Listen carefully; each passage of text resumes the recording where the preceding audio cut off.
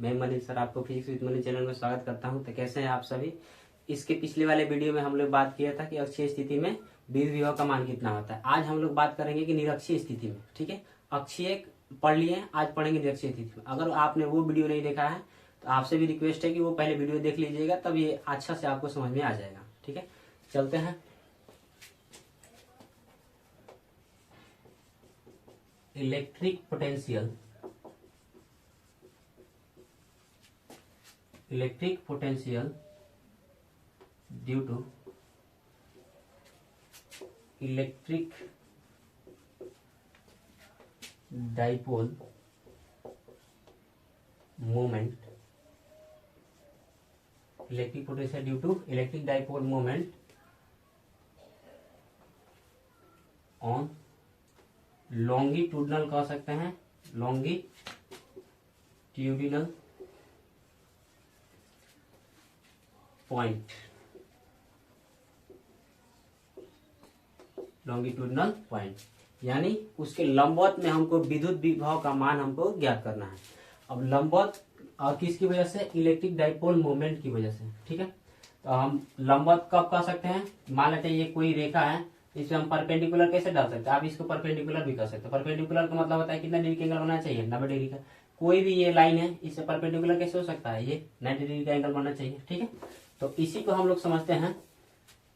तो मान लेते हैं कि एक माइनस क्यू है, क्यू चार्ज है, इलेक्ट्रिक डाइपोल बनाना ही पड़ेगा, और एक प्लस क्यू चार्ज है।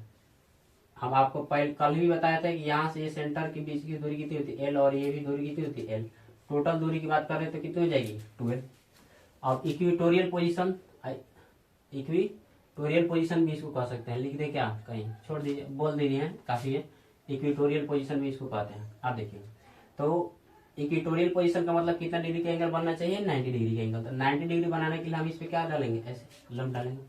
ठीक है, और एक पॉइंट ले लेते हैं P, यहीं पे हमको क्या करना है, विद्युत विभव का मान ज्ञात करना है। अब समझिए, अब ये पॉइंट ले लेते हैं, मान लेते हैं पॉइंट लिए हैं, तो इसके बीच की दूरी कितनी है, R है। यहाँ से सेंटर O से इसके बीच की दूरी कितनी है, R है। अब प्लस क्यू आवेश के कारण P बिंदु पर विद्युत विभव का मान भी होगा। और ये दोनों प्लस लिख दिए क्या, सॉरी, एक माइनस लिख देते हैं, सॉरी, एक माइनस, और माइनस क्यू आवेश के कारण भी इस बिंदु पर विद्युत विभव का मान होगा। अब मान लेते हैं कि ऐसे ये और ये वाला, ये माइनस क्यू आवेश के कारण टी बिंदु विद्युत विभव का मान होगा, ये प्लस क्यू आवेश के कारण। अब हम लिख देते हैं कुछ, इसमें लैंग्वेज का इशू होता है, कमेंट सेक्शन में आपका आता है कि लैंग्वेज से समझ में नहीं आता है, तो लिख देते हैं। अब मान लेते हैं कि ये ए और बी एक इलेक्ट्रिक डाइपोल है, तो इलेक्ट्रिक डाइपोल कितना है, ए बी। अच्छा, इसका इलेक्ट्रिक डाइपोल मोमेंट यानी विद्युत बिंदु आघूर्ण जो है वो कितना है, P बराबर फॉर्मूला होता है Q इंटू 12।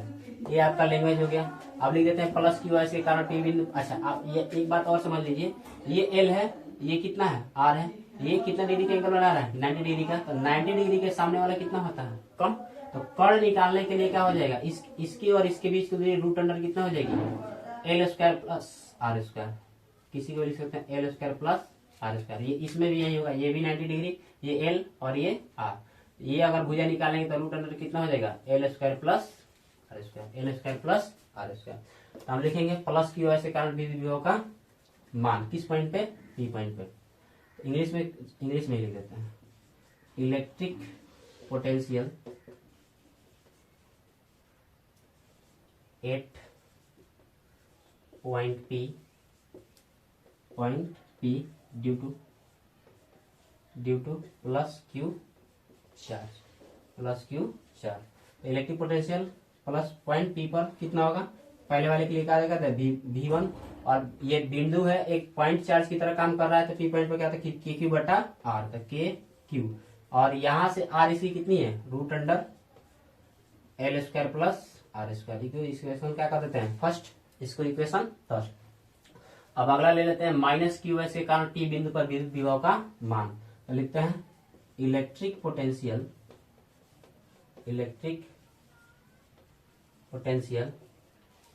8 पॉइंट P, ठीक है, due to minus Q charge. Minus Q आवेश के कारण P बिंदु पर विद्युत विभव का मान। ठीक है, पहले वाले को V1 बोले थे, दूसरे वाले को क्या कर देते हैं V2।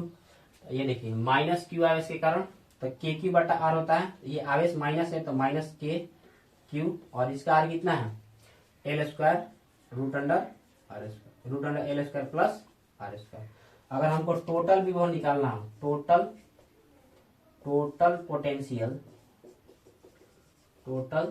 Potential at point P, अगर टोटल पोटेंशियल हमको पी बिंदु पर निकालनी है तो किसी भी चीज को टोटल निकालने के लिए हम क्या करते हैं, ऐड करते हैं। ठीक है, तो V इज इक्वल टू क्या हो जाएगा V1 और प्लस में V2।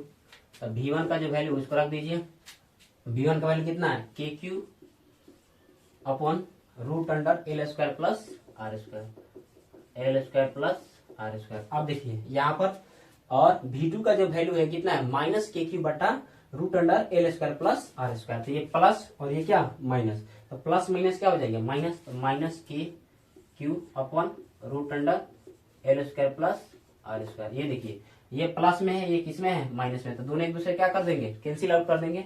तो V इज इक्वल टू वास्तव में कितना हो जाएगा 0।